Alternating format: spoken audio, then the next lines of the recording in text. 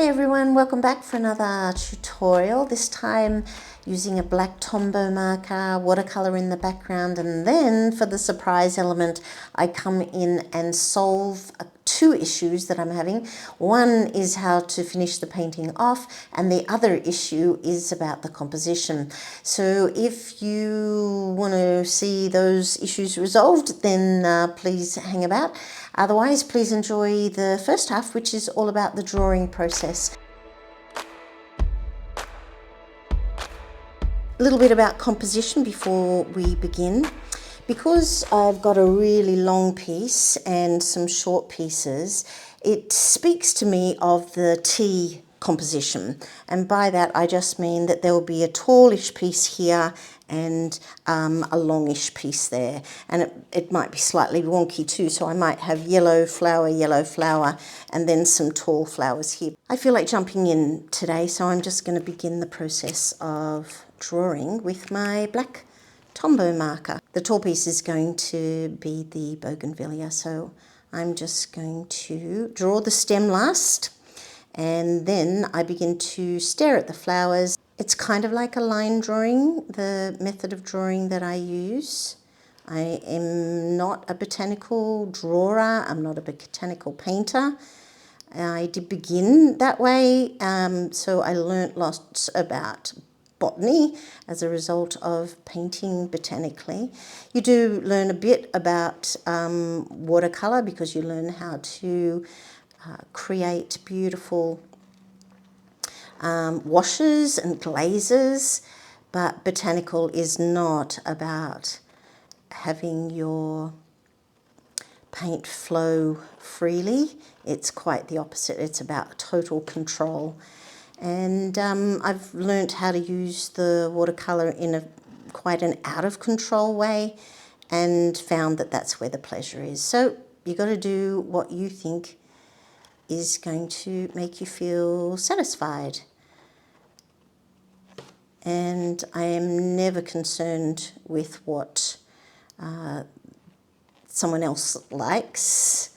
I'm way past that idea of will someone want this, and also I find that just held me back so much every time I'd be concerned about what other people want in a painting, and I found that that completely stifled my creativity. So I no longer do that. However, that does also mean that I no longer sell paintings. That is the consequence of it. This bougainvillea is such an interesting plant. It has a series of leaves. That's what they are, leaves, leaves, and leaves. What I also used to do that I don't do very much is use masking fluid.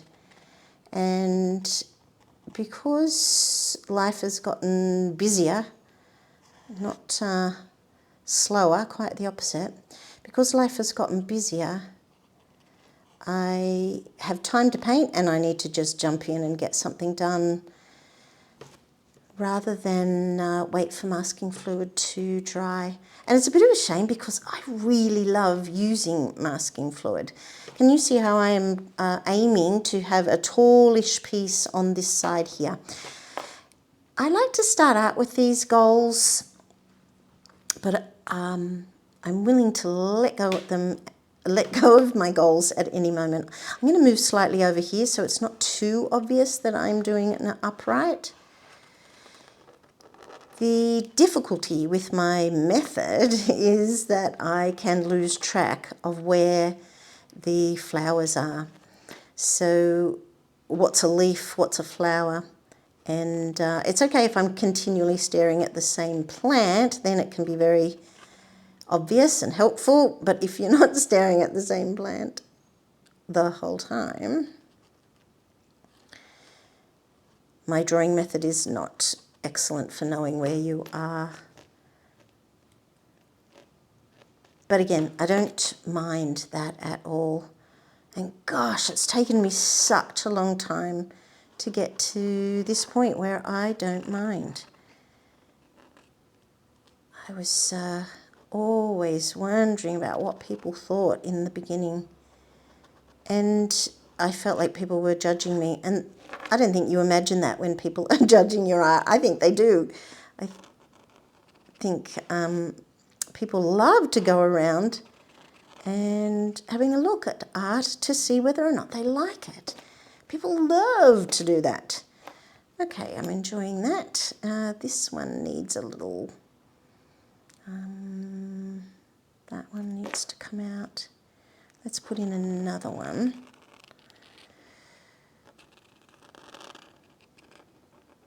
My lovely husband has gone out and put the barbecue on, so as I'm sitting here, I can smell lovely wafting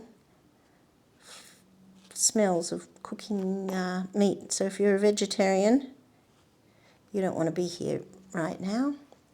You can be here later when the salad comes out. I love a good salad. Right, and there's some stamen in there as well. I'm exaggerating these stamen and sometimes going outside those petals. I think it can look a little more interesting. Oh, they were meant to be stamen, and I'm going to make one come out there as well. I just love that look when it comes out like that. So at the moment, I'm just doing blossoms. If I start the leaves as well, I'll totally lose track of where I am. Over here, I'm going to start to draw in the yellow native plant. These are in water, so I'm going to aim to not drip water on my paper and put them on some tissues. Just move that off the board so I can't knock it onto my keyboard, because that would be a disaster. And here's these beautiful yellow ones. And I'm going to put them there, or there, there. I want it to extend this way, so I might put them this way. Oh, I need another tissue. It's making a mess on my beautiful paper. It probably won't matter by the end, but it doesn't matter. All right. And I need it to be propped up like that. So I'm just going to get my glasses case and prop it up, because then this flower here is facing me. I'll just point it upwards so you can see that one. And then put it down so that it's facing me. And then I've got one facing away and one kind of half facing me. It's so beautiful. So I could make these yellow ones bigger than they are in real life. I think that would be more interesting. In reality, they're not that much bigger than the bougainvillea, but if I make them bigger, they will be more, it will make my composition more interesting. Okay, I'm going to put this.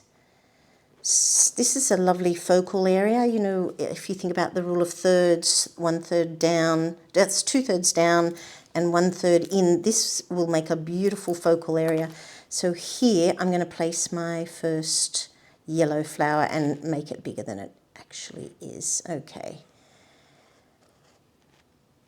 Sometimes I can take a little while to commit, so it's better if I just start. And again, you could just draw it in. You just do whatever suits your I was going to say personality, suits your art style. And I don't mean the style of your painting, I mean your style of working. Because if you work out how to get stuff done as an artist, no matter whether it's your full-time job or not, it is so much better if you go with what you love. I'm just putting in some of these stamen. I'm not going to go over the top with that, because later on, if I spritz it and release, it'll just be a big black mess in there. So I'll just leave that for adding more stamen later. Now around this beautiful flower are these green leaves. So I'm going to put them in now because they are just so beautiful. But I am going to make them a little smaller for my design. There's 1, 2, 3, 4, 5. Wow. It kind of makes it beautifully symmetrical. Not symmetrical. It makes the pattern kind of more beautifully balanced. That leaf is quite round. Putting these veins in is putting the veins in is going to help me work out what's a leaf later on. So I'm going to continue with that. And then there's a little squat one over here.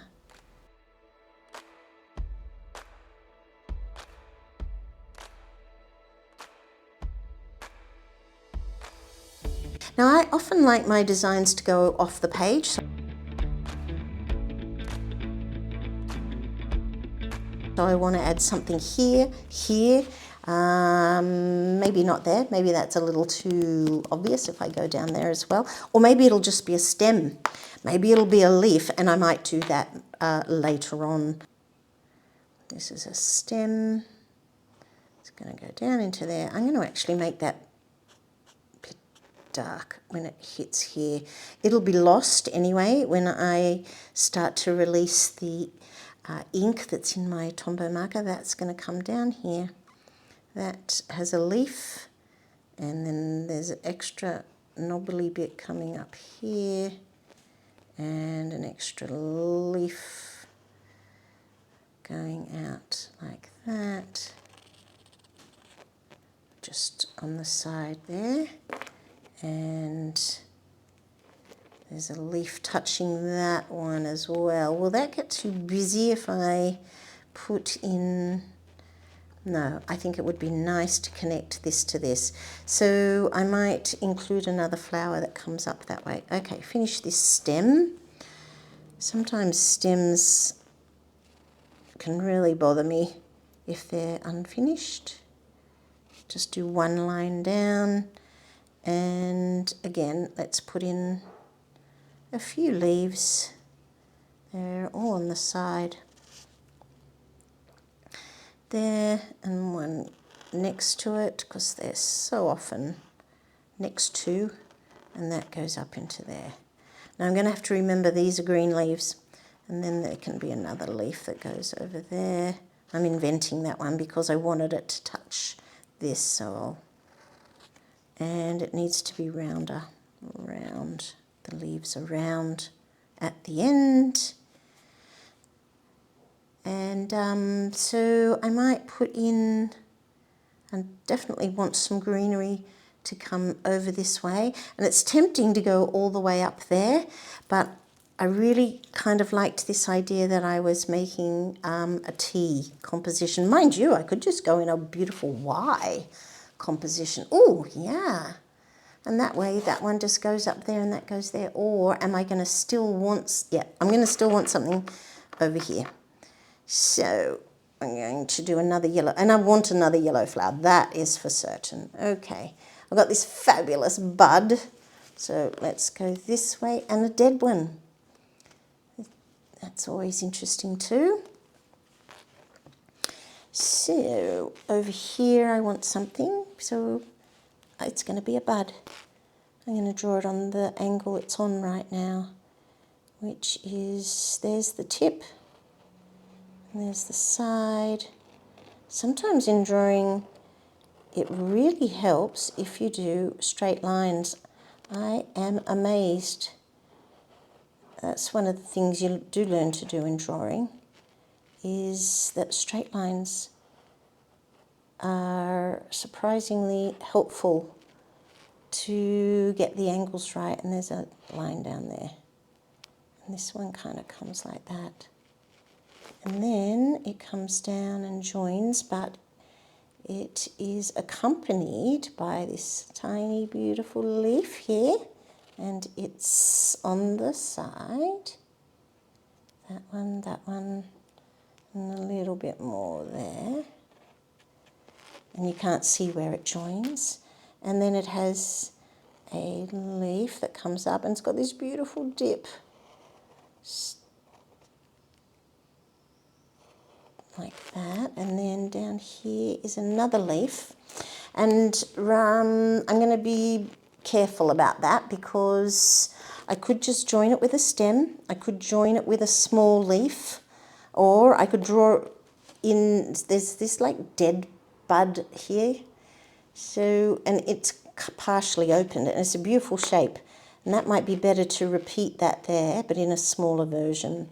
So it's going to touch that one, and it doesn't actually touch on the plant. It's quite nice to include touching things, because I find if the things you've drawn are, if you're not inventing some connections, then it can be quite a little bit not naturalistic. All right, this is the center, and then I'm going to give it a sharp line, sharp line, and that will help me know that's the bud, and a sharp line. So I'm repeating that one there. And then this one, so I could, again, I could put in a leaf, but what I'm going to do instead is put in a stem. Knobbly, and this one can have a stem that joins here. Is that a bit twee to have it joining there? No, it's nice. Okay, lovely. So then I'm including a range. Some touch, some don't.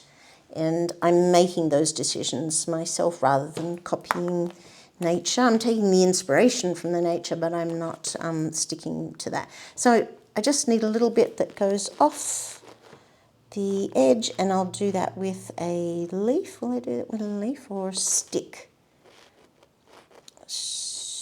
I think we'll have a stem come up, and it will be attached to a flower on the side. I can see a petal, and I can't really see the side of the flower, so I'm kind of making this one up. And there's another petal, comes in and down, and there's this beautiful stamen. I'm putting that in with my black to remind me later on.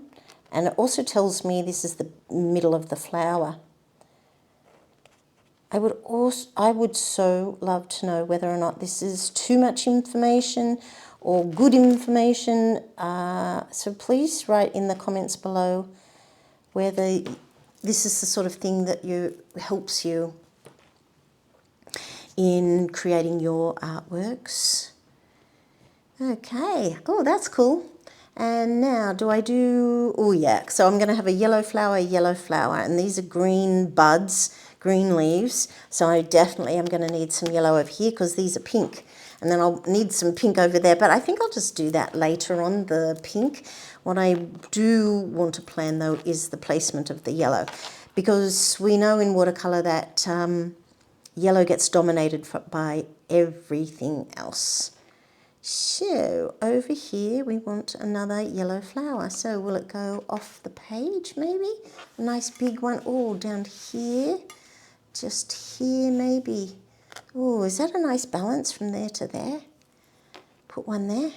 I've got this other beautiful one. I won't do another front on, definitely a side on. So if I move these around, yeah, if I face it inwards, will it help bring the viewer's eye into my painting, or will it in fact just be quite lovely if they're placed like that? Then I will have yellow, yellow, yellow, yellow, and that's an even number of yellows. I could change that, I guess. I am going to make it bigger though. Okay, I've got a nice side angle.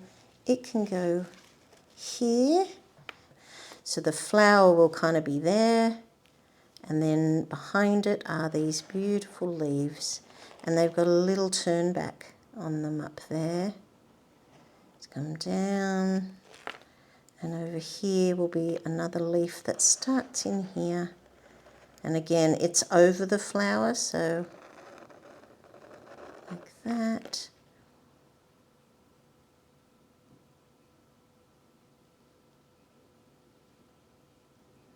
That comes up here and goes through there.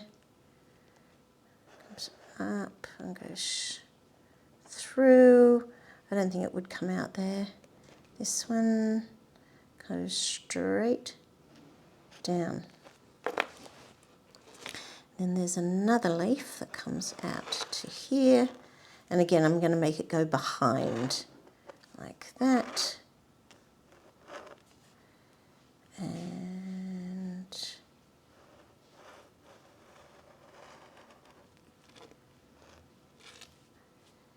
And there's one final leaf over here, but I'll start the petals now. The petals, the flower itself. It's going to go right up to there, and it's got a jaggedy edge, and the stamen are sticking right out here. And again, I'm not going to put in too many of the stamen, they're yellow. That comes down to there. This yellow petal is a very weird shape. So the stamen will be really helpful in telling the viewer that this is a flower. Stamen are nearly always on flowers. If you know differently, I'd love to hear that too. I really enjoy comments because I've got no idea. Because I do so little face-to-face teaching now, I don't get feedback on my art like I used to, so it'd be really lovely. It's the best thing you can do for me is to tell me what you think. Having said that, one of the disadvantages about getting a following on YouTube is that you actually start to get, I'm just going to continue that stem down there, maybe that will do. One of the things you start to get on YouTube when you get a following is you start to get people who say mean things. And it's so rare, but it throws me. Really, I find it very surprising. Because I wouldn't care how bad someone's video was, I would never write to them and say that I didn't like it. Why would I waste any of my energy doing that? All right, now let's move the flowers and see. Yeah, okay, I'm pretty happy with it. I could extend this out just a little bit. So I will extend it out with a leaf or a stem or a leaf. Oh, there's this beautiful bud. Okay, I'm going to take a little extra time and do the bud. I'm just turning it around so I can get it on a slightly facing me angle. Okay, there's the top straight. There's the top straight. And then it goes there. And then I'm going to use straight lines to join it up. And there, there. Like that. And it has a leaf that goes, and this is why I'm drawing it, a leaf that goes out there. And a leaf that joins it there. My goal is just to compositionally have it go out that side. Now down here, I'm just going to do a stem because it has heaps more leaves, but I don't want to draw any more in. Also, drawing's not my favourite thing to do, so I do find sometimes I just get bored with the drawing aspect. I could include something that goes up there as well, just to join it up, or that goes up to there. Yeah, no, this wants to be joined up. So I'm going to switch back to my bougainvillea. And, oh, it's got all these fabulous spikes all over it here. So I'm going to put in a couple of spikes. It has no stem at the moment, the bougainvillea, but you'll notice that it doesn't matter that much. And I don't have any leaves, that's right. I'm just going to put in, Oh, so I'm going to put in little tiny leaves because it actually has a whole series of little tiny leaves.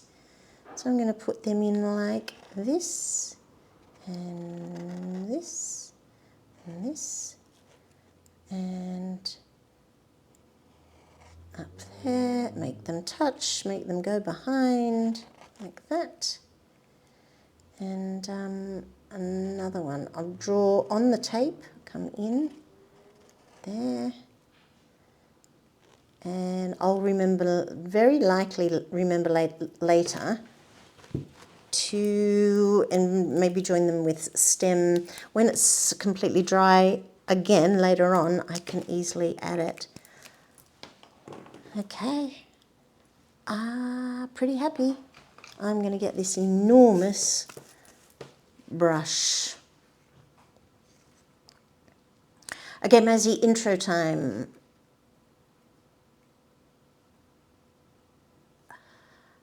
I'm about to release, this could be just voiceover and I'll pretend I'm doing it while I give a voiceover.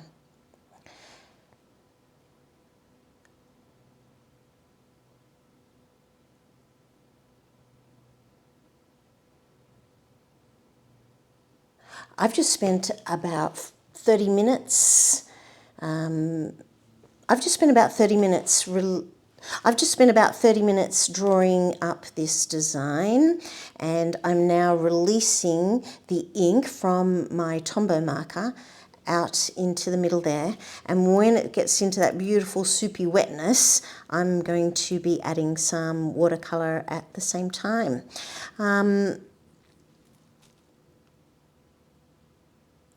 I'm going to be adding some watercolour at the same time so I get some beautiful wet in wet washes happening in the background. I will put the drawing process at the end of the video and include some information about the colours that I've used. But for now, I'm just getting stuck straight into the process. Okay, Mazzy, here's some colour information for later. I'm going to be using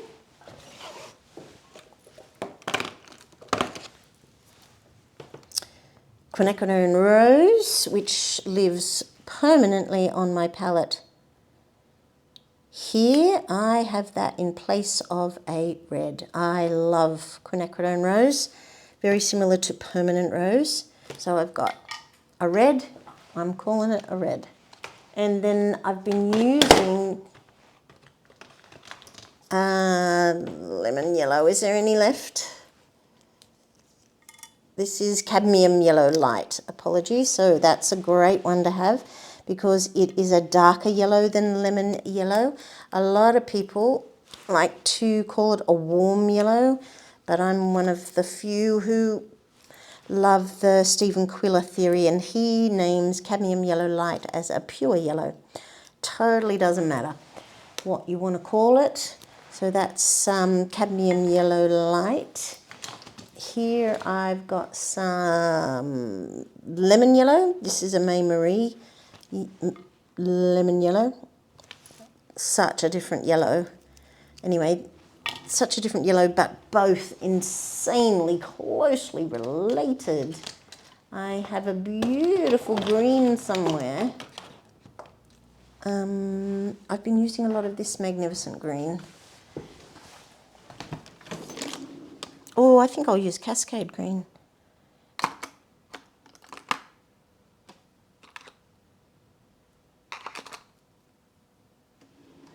Cascade Green. And that'll do.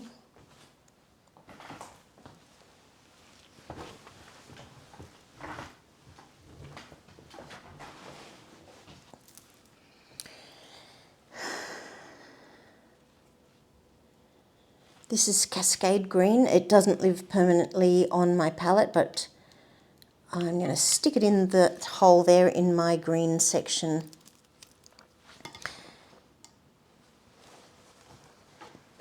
Okay.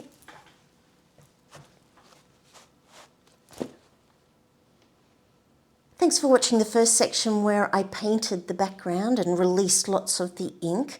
I'm now going to talk about the drawing process and my colours. So I've used Cascade Green, Lemon Yellow and Cadmium Yellow Light and Quinacridone Rose. Of each of these 4 colours, and I'm only going to be using 4 colours, but of each of those I have squeezed out fresh paint. There's some in the palette as well, and when I begin, every time I paint I spritz all my colours, because then I can add a little dab of something else if I feel like it. I want these to be yellow, so I'm going to paint them later, because what I want to do first, and you would have already seen this, is release the background and start adding beautiful colours in. Now, Quinacridone Rose I use as a red. I know it's not red, but it mixes with blues and yellows so beautifully, and I love purple and I love orange. No, I don't. I just love purple. But it mixes with other colours incredibly beautifully. And this is Cascade Green, so it's one of those colours that splits into 2. I really love it. Lemon Yellow, that's a May Marie Blue, and this is Cadmium Yellow Light. So I've got a Quilla palette, and see this knobby bit here? This indicates where you put your primaries, and he names Cadmium Yellow Light as a primary colour.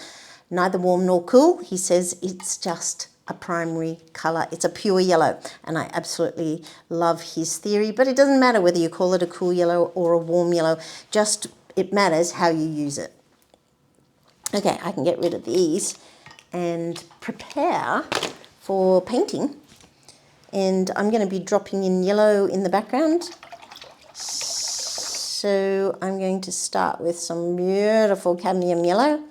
And the beauty of this, these deep wells is that I can mix up a batch in there. Okay, there's my yellow. I'm going to get another brush, mostly because I don't want to be constantly washing that brush. Here's my permanent rose. No, Quinacridone Rose. They are incredibly similar colours. I don't know that I could tell the difference. I should do that one time. Put down Quinacridone Rose and permanent rose and see if I could possibly tell. Okie dokie, a bit more water in there, get a puddle, because I do want it to be kind of watery, so that when it hits the watery surface it goes for a ride. I love when it does that. And here's my other colour. This is Cascade Green. It's not a very naturalistic looking green, but once I add some of that permanent rose, Quinacridone Rose, once I add some of that Quinacridone Rose, everything will change. I have an enormous brush and for doing the background. Okay, Mazzy, this is where the video starts. So I need a little blurb for that. Welcome and welcome back to my channel. Welcome and welcome back to my channel. I've just spent about 30 minutes drawing these flowers, and there are 2 types of flowers, a native flower, a native Australian flower because I'm Australian, and bougainvillea. I don't know the name of the yellow flower, but during the drawing process you'll see me showing you the flowers and talking about the flowers and their qualities and why I've included those particular flowers. Okay, my goal at this stage of the process is to release the black, and as it releases it's quite grey, but it's kind of a blue grey. It's really rather lovely. It's a little bit like a really pale Payne's grey, which I don't use, but I see why people use it. It's a convenience colour, Payne's grey. Trying not to go inside the lines. I'm trying to be quite careful. Now I'm starting in this big section because it's going to allow me to do a section at a time, because I want it to be all wet in wet. And if I use this enormous brush, I get a beautiful puddle of water up here. And I want a lot of water.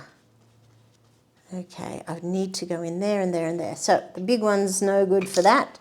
I'm going to start with my yellow coming into this background, and much smaller brush to come in and release some of the colour over here, and then it's going to hit that water. So there's an intense amount of water there, and I've done that on purpose. I'm going to make this the cutoff point. Oh, that's the timer. I know it actually does go through, but I'm not going to finish painting that right now because I really need to get onto this job. It's not a job. I need to get onto this task nice and quickly so that I can get the beautiful effects happening. So I'm just going to continue round with the yellow. And we know in watercolour that other colours will all dominate yellow. So if I start with yellow, firstly I'm getting these beautiful greens as it mixes with the Tombow ink from the Tombow marker.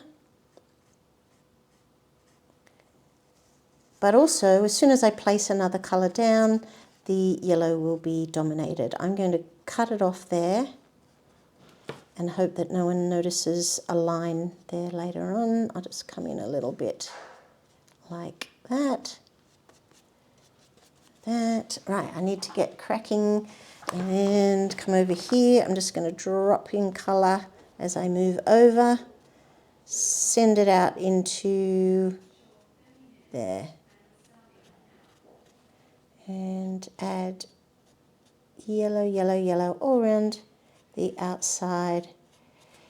I regularly will make lots of mistakes as I'm doing this, but I've never had anyone notice mistakes. I don't think anyone stares long enough to notice mistakes because it will have a high impact in terms of its colour. This little knob of the bud goes around, so I'm just avoiding it so that I can add colour. Okay, now I've got myself a beautiful section here. Different colours, different brushes loaded with different colours. I'm going to make it nice and watery because then as I hit the water, then I'm going to be able to mix beautifully. If you go thicker, it will slowly join and mix. And if you go really watery, everything mixes together. And this is Cascade Green. All right.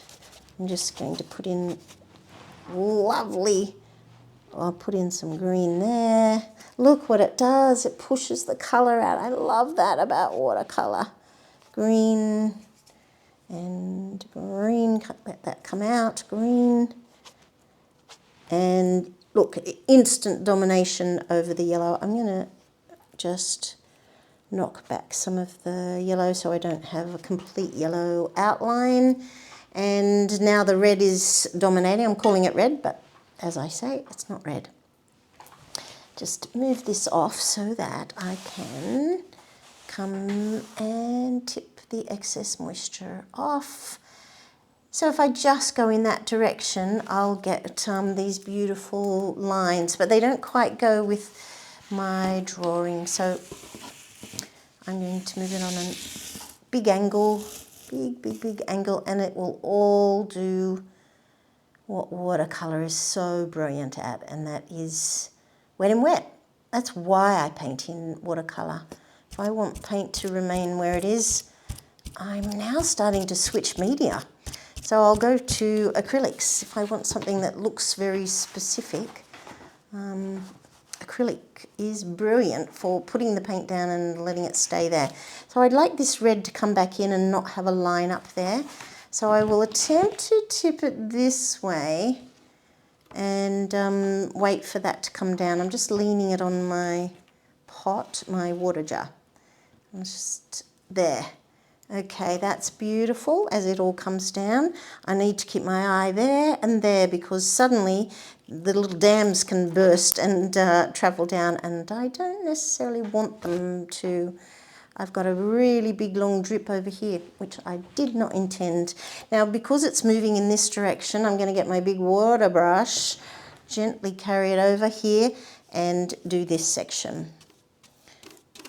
But I need to, the whole time, just hold it stable, I need to the whole time keep my eye on what's happening up the top. I don't mind back runs, but I do want to keep my eye on what the colour is doing. Now over here I've got some stamen, so I'm going to come close and just release them. And all right, the big brush is so brilliant for getting a big amount of water down. Really lovely big bit.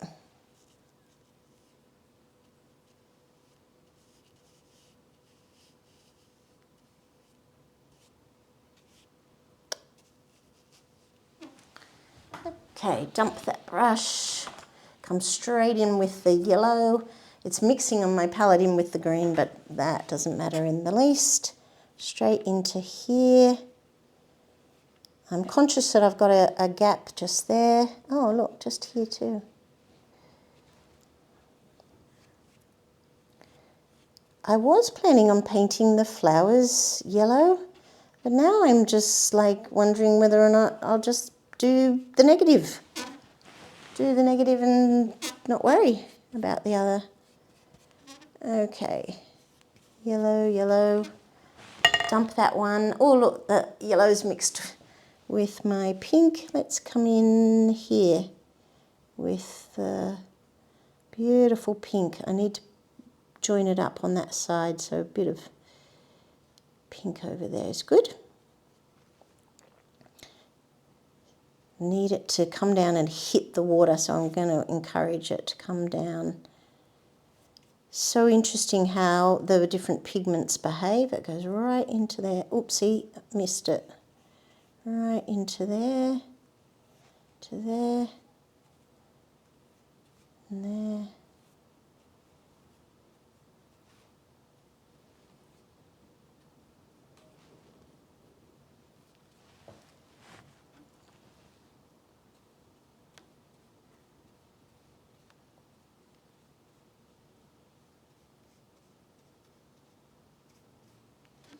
This really beautiful, intense red bit, which it's very beautiful, but I don't want something distracting at the bottom. So I'm going to come straight in with Cascade Green over the top, and that will knock it right back. Very tempting to keep going, but I'm working in sections on purpose so that I keep control.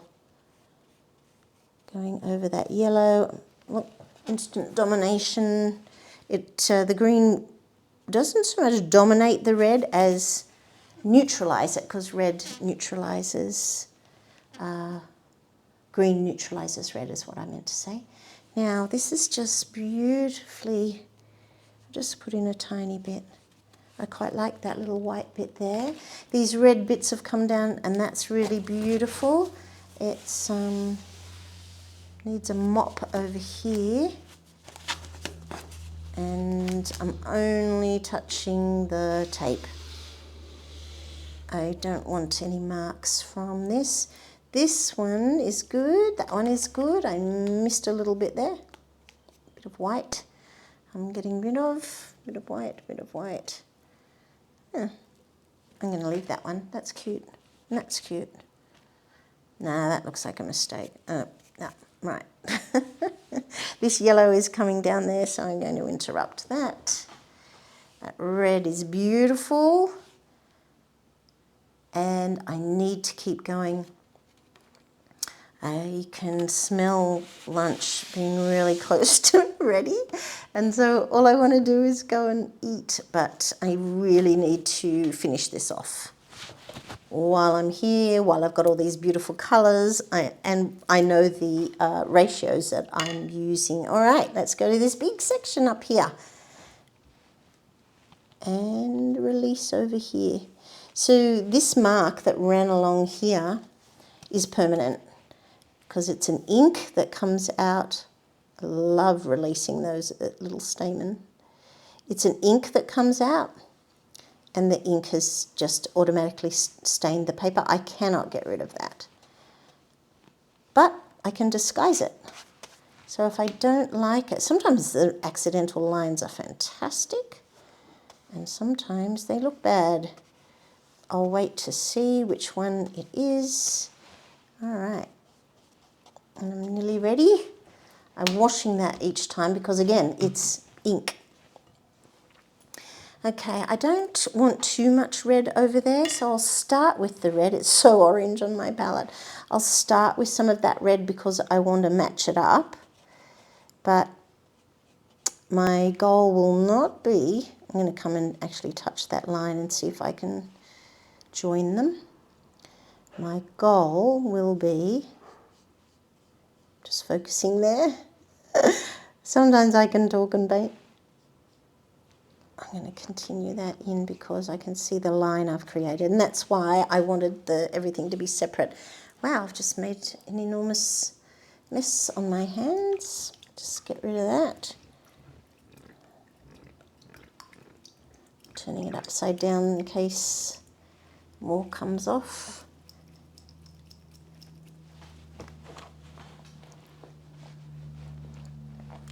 All right, so there's a beautiful intensity of colour over here, and over here I'm going to put much less colour.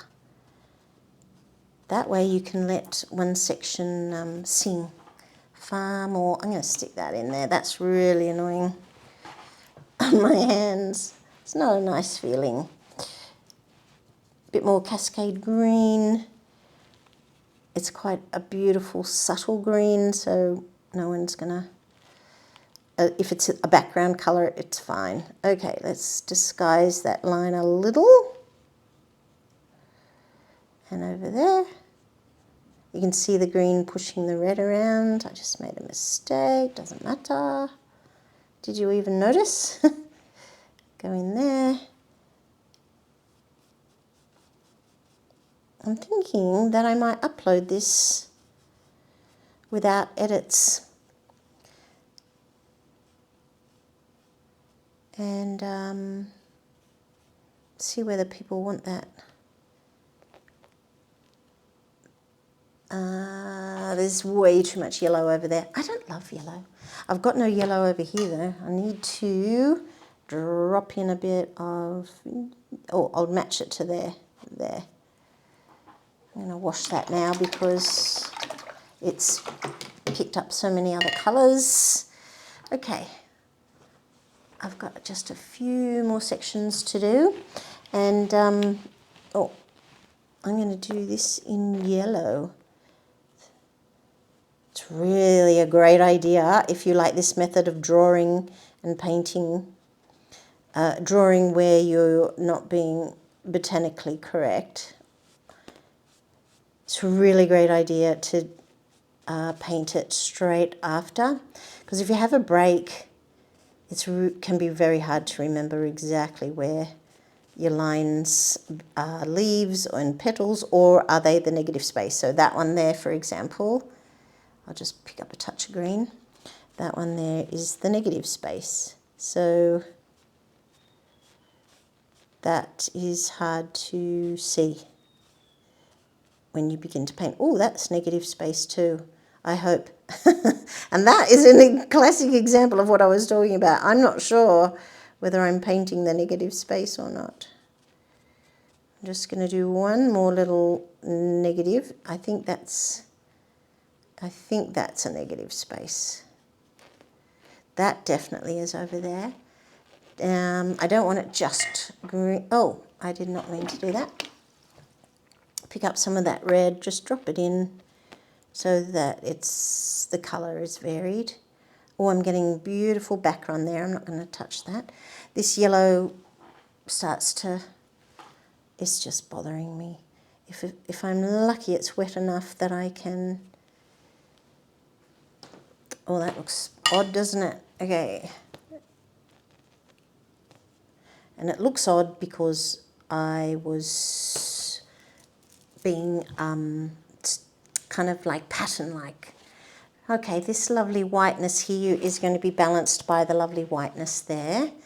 And here I'm going to keep light for now because then I'll know how to handle it later. I'm going to do, see that beautiful red? I'll need to repeat that. So I'm going to get just a wet brush, but a small one. This time it had red on it. Oops. I expected that more of that red would have come off. Things like this line here, I'm going to paint around, because if I just release it later on, I won't know what that is. Just a little more water on my brush. I want to overdo the water. I am embracing the idea of the back run. All right, and then I've repeated that colour there. That's great. Come up and hit. This is one of those joins that I will see if I can wet it and just create a back run rather than have a line. More water. Just being overly generous with the water. You could go and go, but I don't want to play too much with that green. It's one of my many convenience mixes. I'm going to go over here because I just did a big drop. Cascade green is not a pure green. It's a mixed colour, and that's why it behaves in an interesting way. But it also means that I might make mud. Very easy to make mud from a mixed colour. Unlike my yellow and my red, they're both pure colours. There's nothing else in them except for the yellow and the red. And that means when you mix them together, you get nothing except secondary colours, and again, you can't make mud. Well, the exception to that would be cadmium red. Cadmium red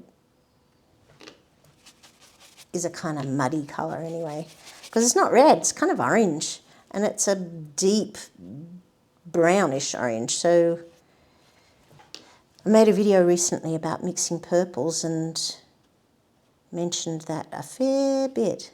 Just don't use cadmium red. And I'm not saying that from a health point of view, because I'm pretty sure they don't put cadmium in it anymore. But I'm saying that from the point of view of colour mixing.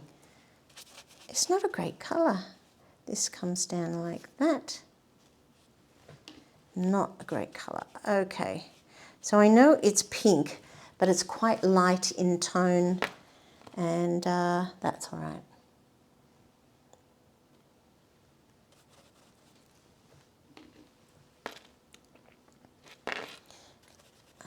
This might be my last little section. It's really good fun as a watercolourist.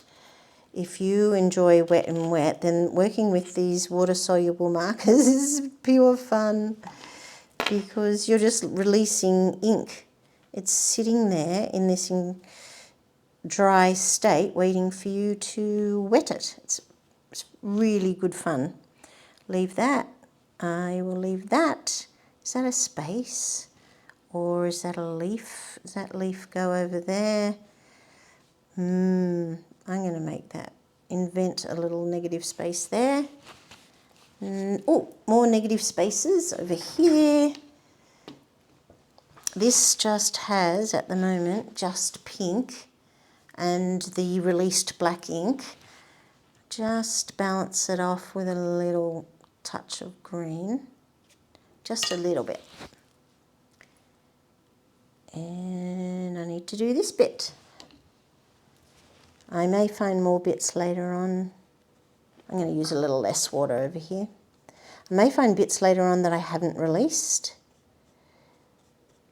And that's just normal.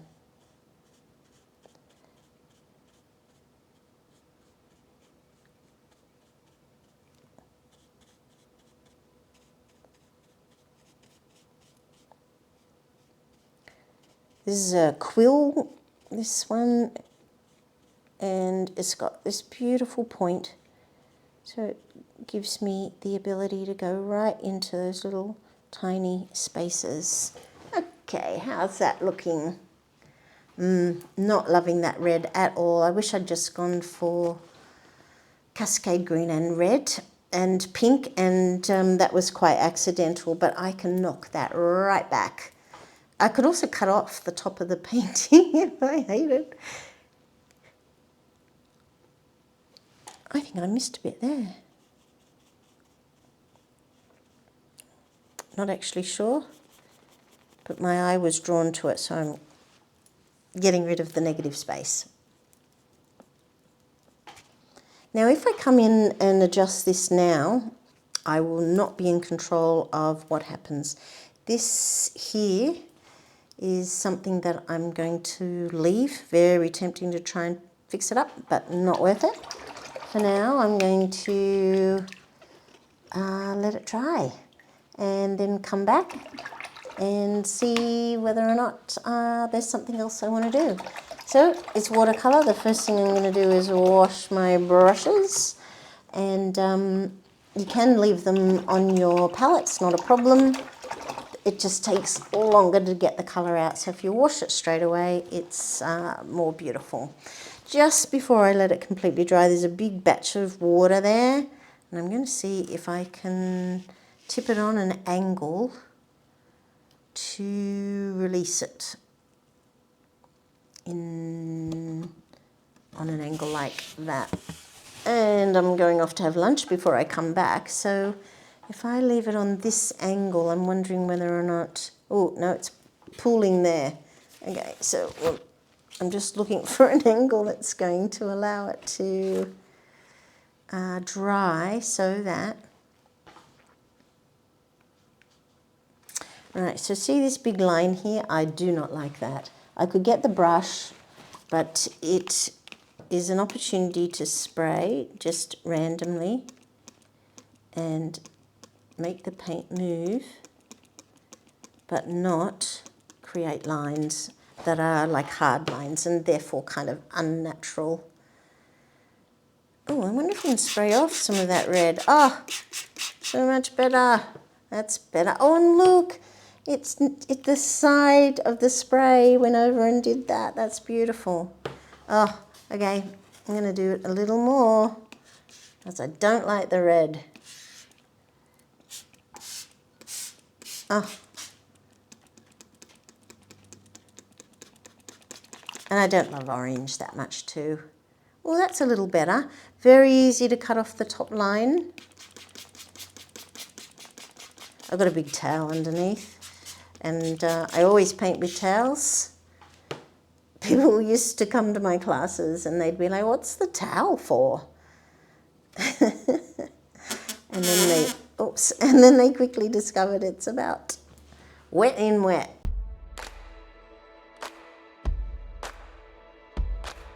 Okay, about a week has gone by since I painted this. I have not been up in the studio, and so it's just sitting here waiting for me to finish it. I have had a look at it every day because I pass by this room that I call my studio. And so I look at it all the time, and I've been completely unable to work out how to resolve it. And then today I thought, right, I've got a bit of time before we go out. Plus, I realised what I should do is switch media, because I kept going over and over all these different ideas in my head about, you know, do I do a bit of pencil? Do I do a bit of thin line, thick line? Oh, it went on and on. I'm going to try to pick colours that are kind of with the theme in the background. So these crayon-y type things are called gelatos, and they're just like a creamy, waxy art material, and quite lovely to use. And the thing I like about it is that you get your finger and drag it around. And the reason I was hesitating with what to do with the final bit of this painting was because I couldn't resolve how this should be treated in the middle there. And then, as I say, the idea came to me. What I needed to do was switch media and not worry about the obstacles that I was placing in my own way. I love the way they blend.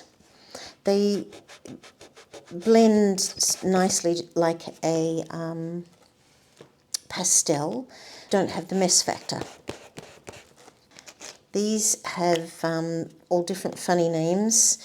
If you're interested, I'll write, just ask me a question and I'll write them down for you, but really they're stupid names. So, you know, they're not like lemon and lime. They'll have stupid food-related names, and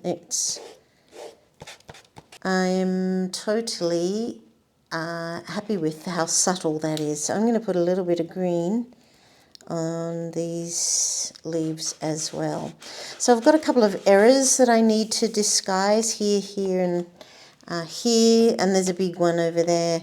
So I'm just going to play with this for now and just start over here, and then as I move into it, you work out what else needs to be fixed. And I always liken that to renovating your house. You know, you don't mind when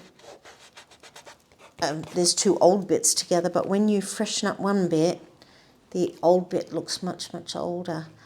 Okay, I'm enjoying that a lot.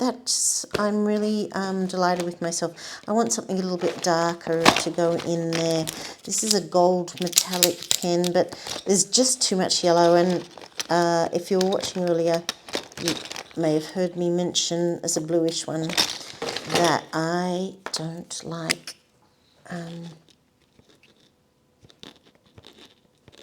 something. That thought's just gone straight out of my head. Oh, that's better too. So I'm just giving it a little bit of depth of tone. And over there. There. Okay, that's better. Much better. And there. And then I need some over there. That's good. Over there.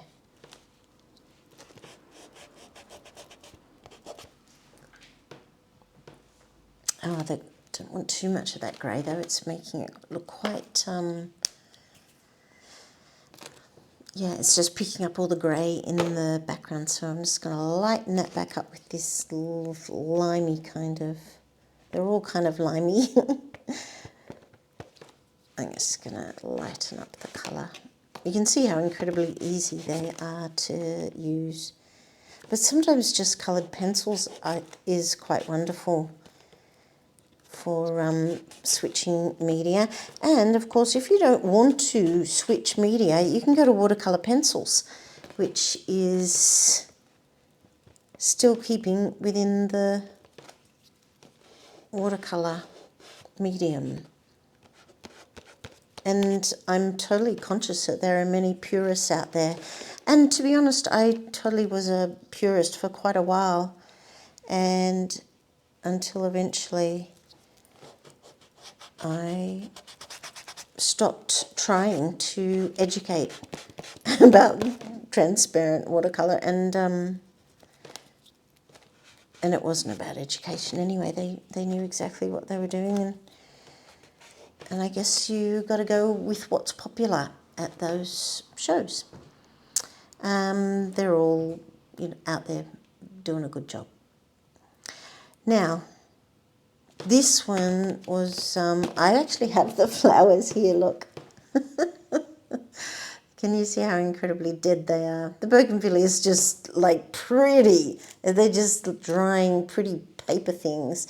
But the yellow, the native yellow flower, of which I don't know the name, is, oh, it's just shrunk. It's so pretty. Anyway, back to this one here.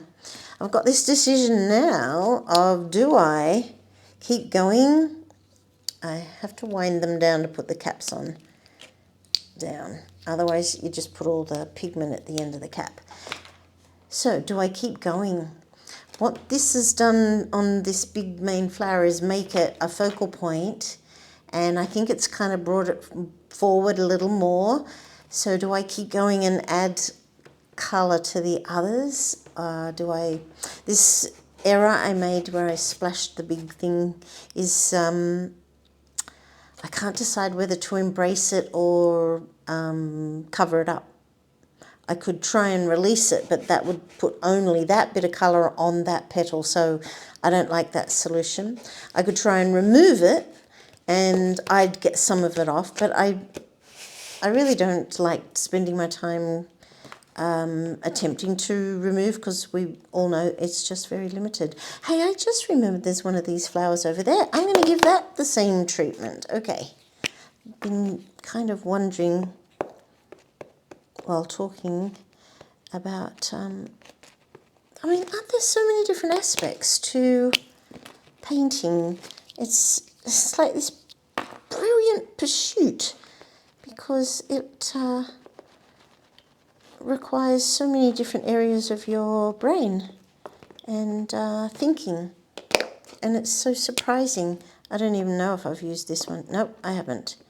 I'm just putting in some lovely little, I'm not really thinking about it. I'm kind of just enjoying myself, and I am thinking about a little bit, actually. What I am thinking about is when I add the tone in, I do think about stuff like, oh, what would be the shadow spot? And therefore I'll put it in the shadow spot.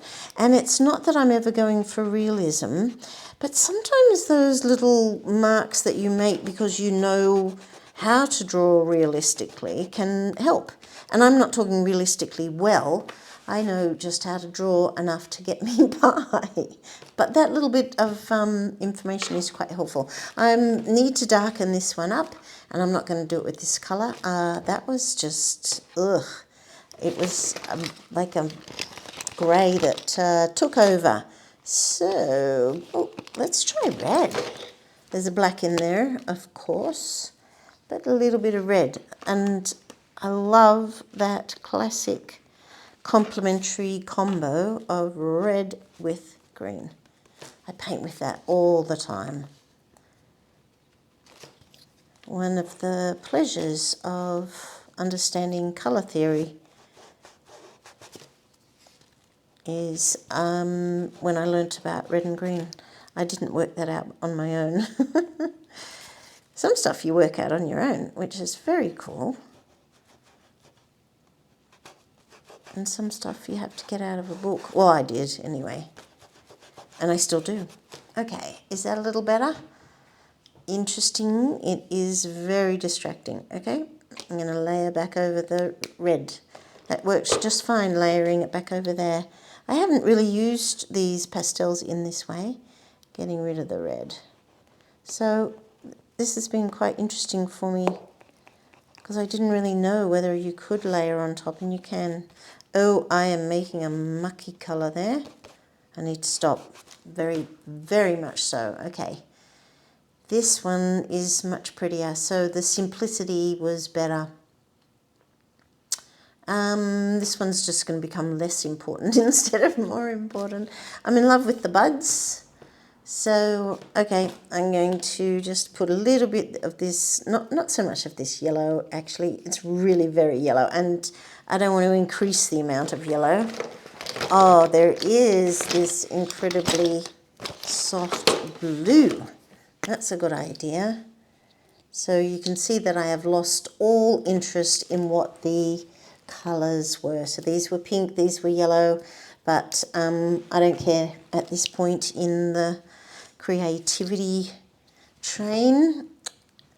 In the creativity train, that doesn't make sense, does it? In the creative journey? It's more than the creative journey, it's about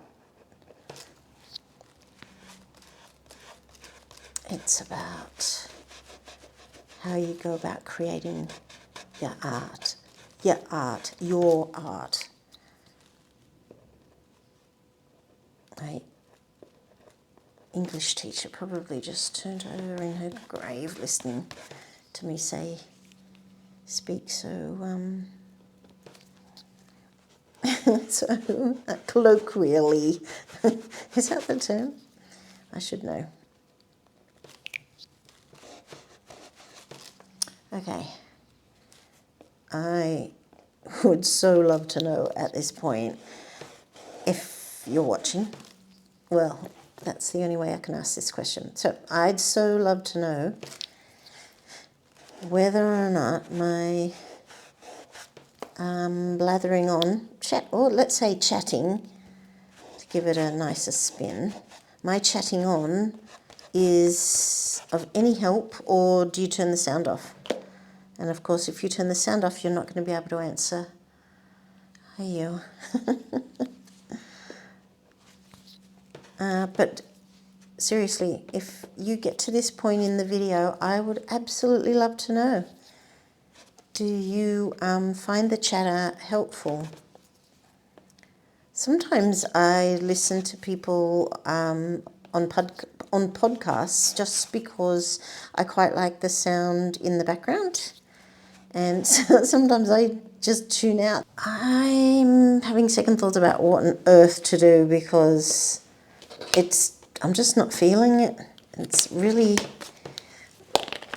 that's my red cap and I don't care. I haven't improved it. I can take some of this off. It's water soluble, so that would be one solution. I haven't improved it. I think when I did the tiniest little bit, that was enough, and I probably should have left it there. However, I did cover this mark here, and that was really bothering me, so that's not so bad. Okay. I'm just unable to solve it. I don't know why. Something is wrong. I'm going to take the tape off. There you go. I've made videos before about what to do when you to know whether or not your painting is finished. But what I'm facing here is I know it's not finished and I don't know how to finish it. So that is a little different as a topic for a YouTube video or a tutorial that you might be interested in. Okay, so take the tape off. That's the first helpful thing. Then there's another thing you can do, and that is turn your design upside down. Now, weirdly, when I turn it upside down, I actually prefer it as a composition. I really do. I think it's quite lovely. But that flower is all wrong, and I suppose they could be hanging down, couldn't they? So do I just need to adjust my thinking and add in... Oh my goodness, it wasn't about the interior of the flowers at all. Oh, okay, I'm just going to get my marker. This is incredibly exciting, because what I've realised is I've solved the problem by turning my composition upside down.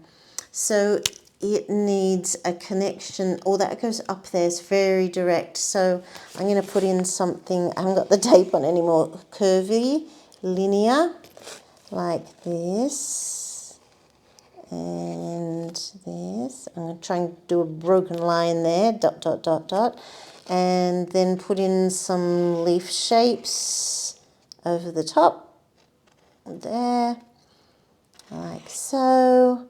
That's that one, and I am referring, I haven't thrown it out luckily, so I'm just going to put there so you can see how I've still got access to these leaves, and I'm drawing them.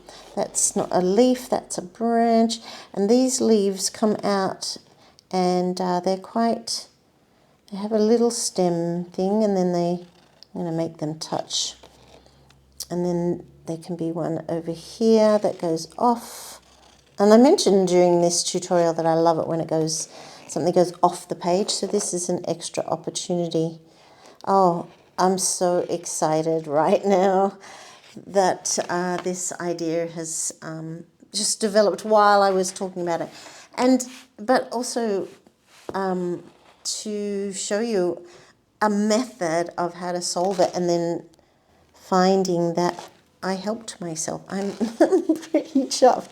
I'm going to bring this line through, break it up there again, and maybe there's a leaf that goes off that way. I'm going to blacken that so you don't see my mistake. A leaf that way, and there could be a leaf coming up this way, through there, and through there. And then it's going to come down into here, put another leaf.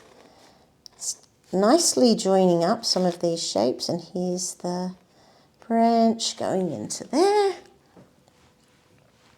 And I think it should come down here.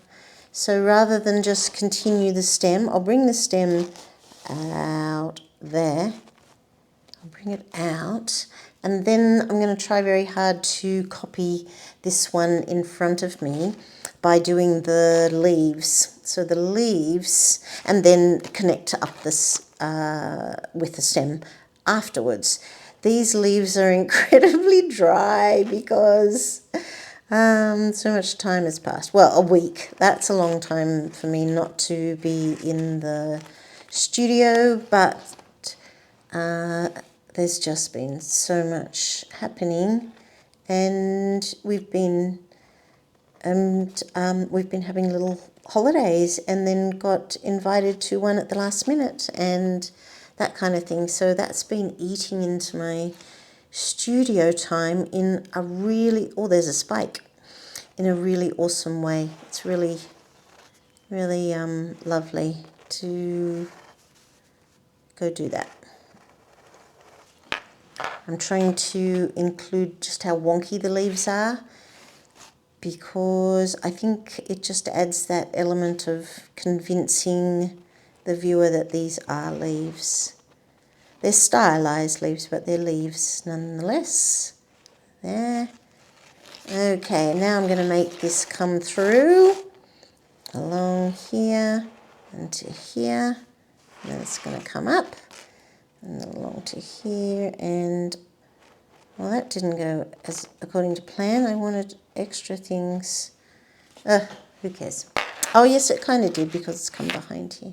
So this is going to come up, and in reality there are spiky bits coming off it, but I'm going to give it a little curly hue because that's much more attractive.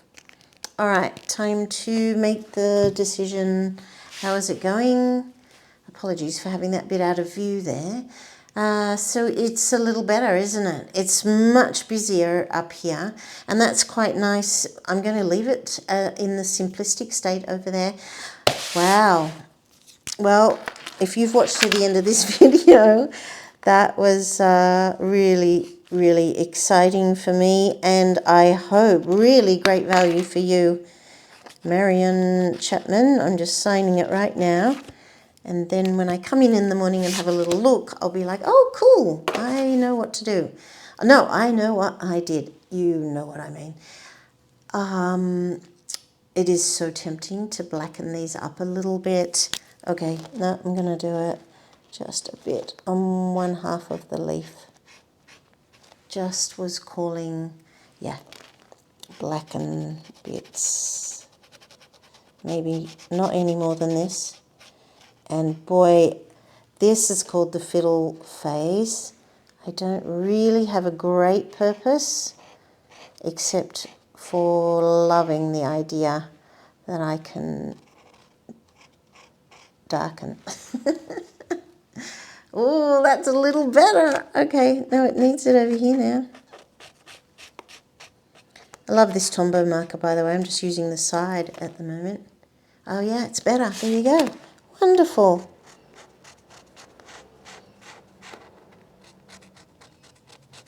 Anyway, it's possible over the coming days that I'll find some other little adjustment to make, and that's okay, but it may not be in this video. Oh, is that not calling for a leaf shape up there? Up there. I'm going to make that half black because it's next to the white.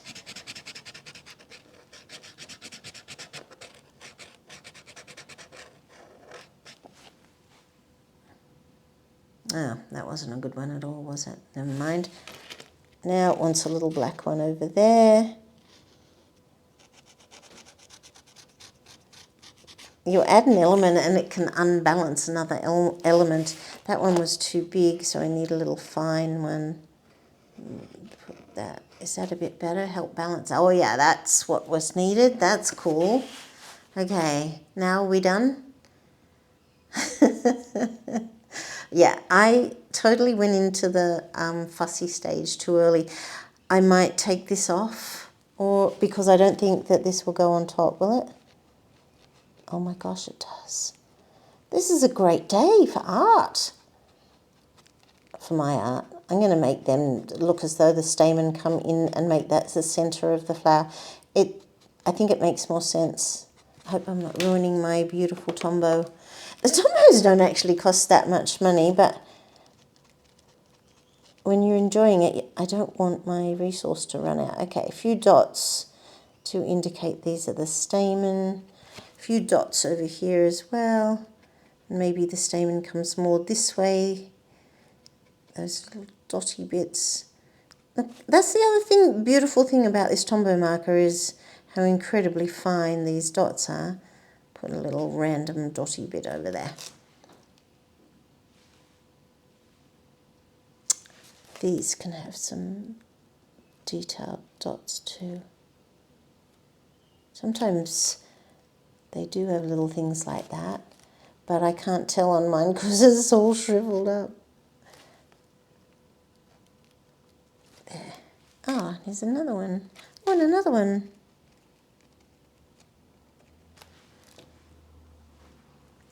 Oh, over here I could do with some little tiny ones.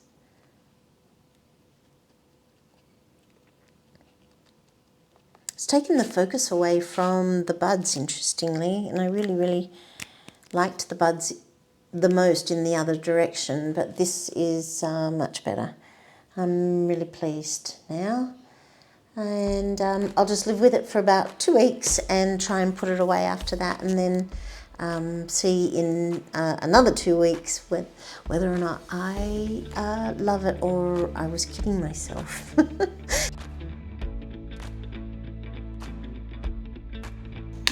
This is day 3 on this painting, and I've gotten the opportunity to stare at it and have realised that this colour here is bothering me, and it's just mucky and messy, and I thought I'll see whether I can get some of it off by scrubbing, but of course the risk is that I just release the black, and therefore all that's going to happen is that I'm going to get some of the black mixing with these colours, and that's not what I want.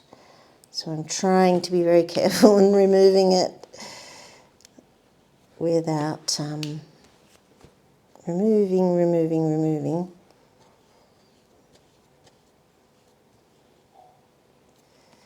Without making it worse.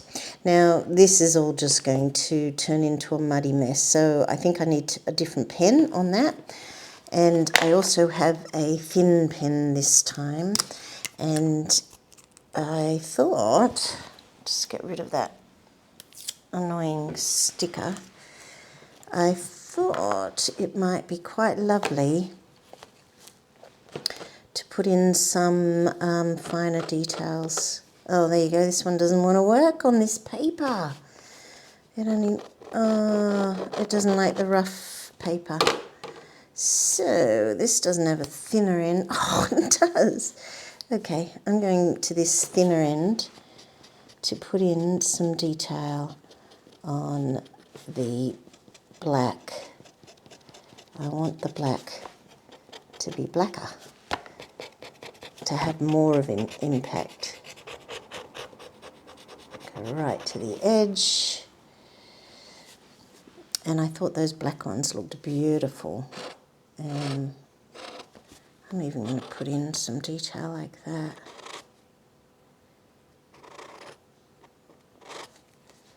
Is that helping? A little bit. I'd love to try something and just see before committing. It's rather lovely.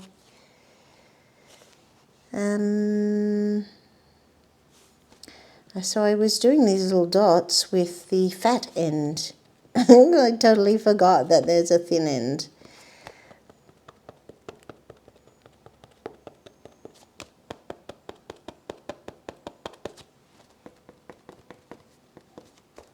And these need to be adjusted a little. They're too even, so I'm going to have some uneven things, like that one could go behind it and curl round and round and round and go down.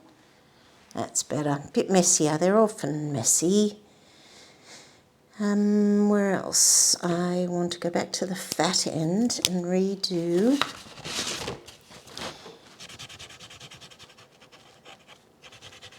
these ones. This is just colouring in. I shouldn't say just. This is colouring in.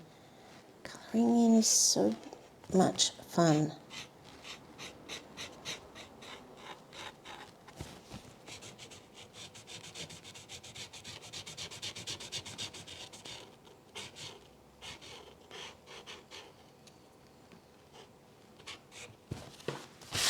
Yeah, I think those black leaves are having a better impact. That one. So I could put in some more black leaves, yeah. And this stem goes suddenly thin, so that's not logical. And again, I'm going to make it dark. Just with some lines. And same up here, I've already added some thinner lines, and now I'm going to add some thicker lines. Make it thick over there. Little breaks are just of interest, as long as they don't detract. Yeah, I think that's better. I think I should call it like the Hawaiian painting, because it's got a bit of a Hawaiian shirt colour scheme going on. I've used pure yellow, pure red, and a bit of that beautiful green, and it's a bit all over the place in terms of the colour. Now I'm going to try and go over this once more. I need the black to sit on top and disguise my mistake underneath.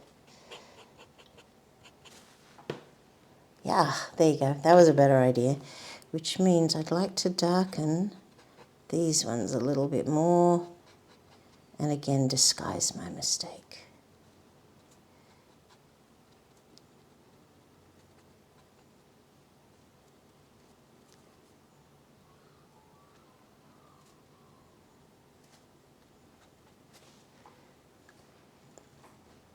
And this was a mistake here, so I'm going to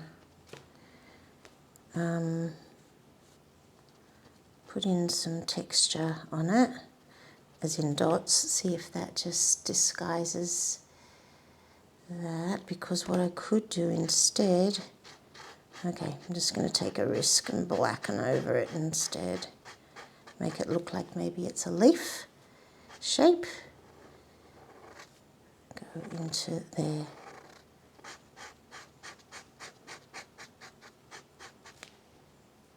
Yeah, I think that's just adding strength to it, making it more of a linear work. Yeah, I think I'm on the right track. Of course, one of the reasons why it's interesting to video myself painting, not just because I want to share my skills with you, but also the other interesting thing that happens is that you get to see at what point you should have stopped. And I've done so many artworks where I go to start editing the video and I'm like, oh wow, if I'd stopped there, it was really beautiful.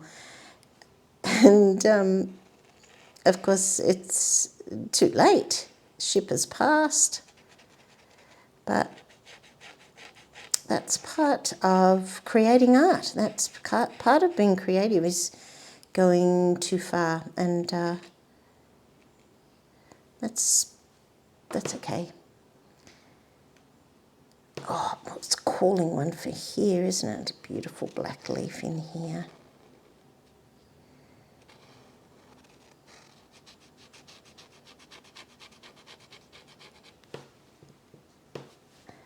I'm enjoying putting the extra little details on it to make it look a bit more leaf-like.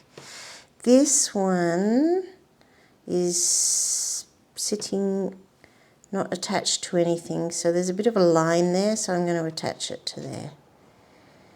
And maybe make this one come down as a thin, just a thin one with a bit of white. Make that a little fatter.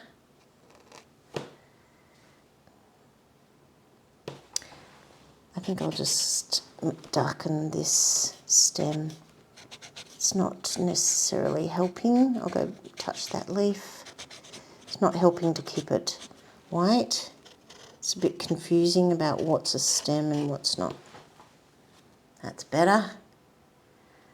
And then there's this line down here to disguise, and I'm going to do that by creating a line that looks a bit like a, make that go up into there, make that join there. I might darken that stem. It's better, and that's pretty cool. I've improved it. This is still bothering me. I'm going to get a really fat pen out of there. I'm going to get a really fat pen out of there. I just said that's not at all what I meant. I've got these Posca pens, and they're just big, fat, black markers. And I'm going to, so this is acrylic paint in a marker, and acrylic is going to sit on top.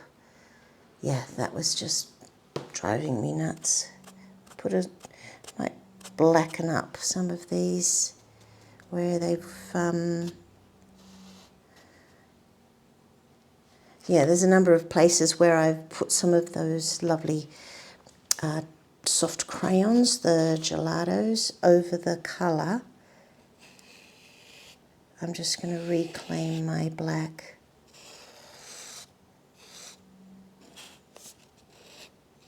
Blacken in there, blacken. Actually, that really helps, just to reclaim the black. Much better.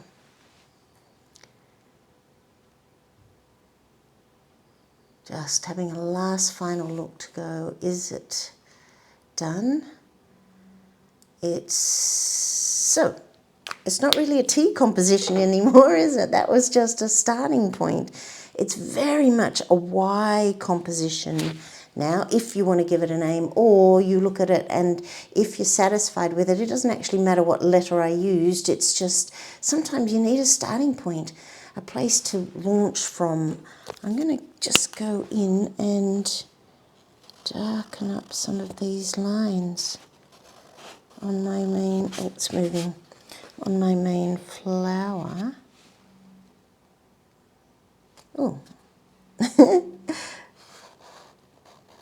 it's pleasure, so much pleasure in doing it, but am I just ruining it? I don't know. Oh, no, that should have gone that way, which is funny because that solved that little mucky problem. That one. Nope, now they all need it. Oh, no.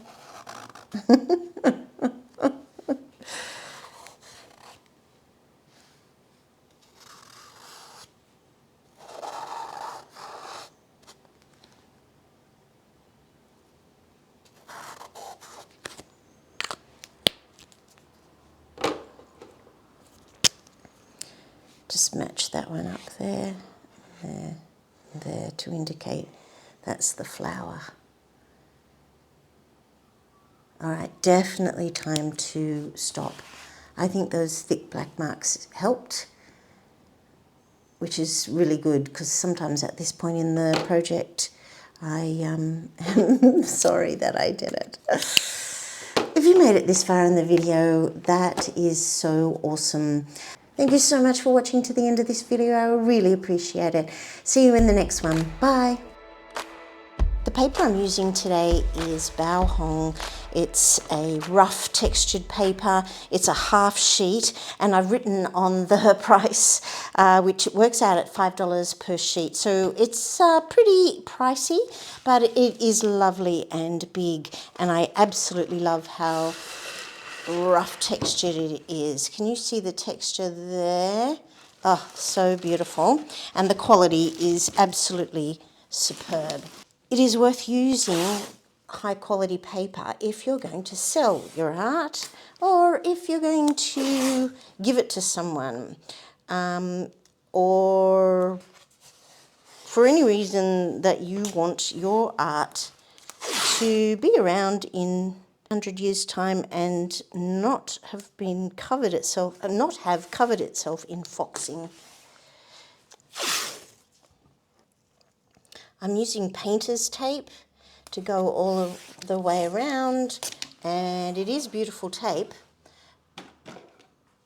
but I use it on YouTube because it's really easy for the camera to see where the edges are.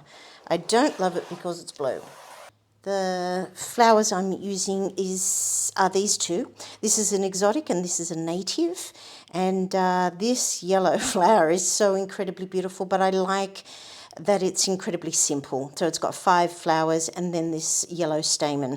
The shape of the bud is also incredibly beautiful. So the other flower I'm painting today is bougainvillea, and I just thought that the colour was completely beautiful with the yellow and the green, and I don't love paintings that are just yellow and greens, and I absolutely love pink and purple. So I've introduced the bougainvillea to satisfy what I love to paint with. Okay, now I'm going to move that aside, and my paper is still completely beautiful. I've got a Tombow marker, and I'm going to begin by drawing it completely with my Tombow marker. This Tombow marker is archivally sound, but it's water-based, and that's what I absolutely love about it. I'm going to be able to use it, so I'm going to be able to draw with this Tombow marker, and because it's water-based, I'll be able to release the black into the surrounding parts of the painting. I forgot to put my jewellery on.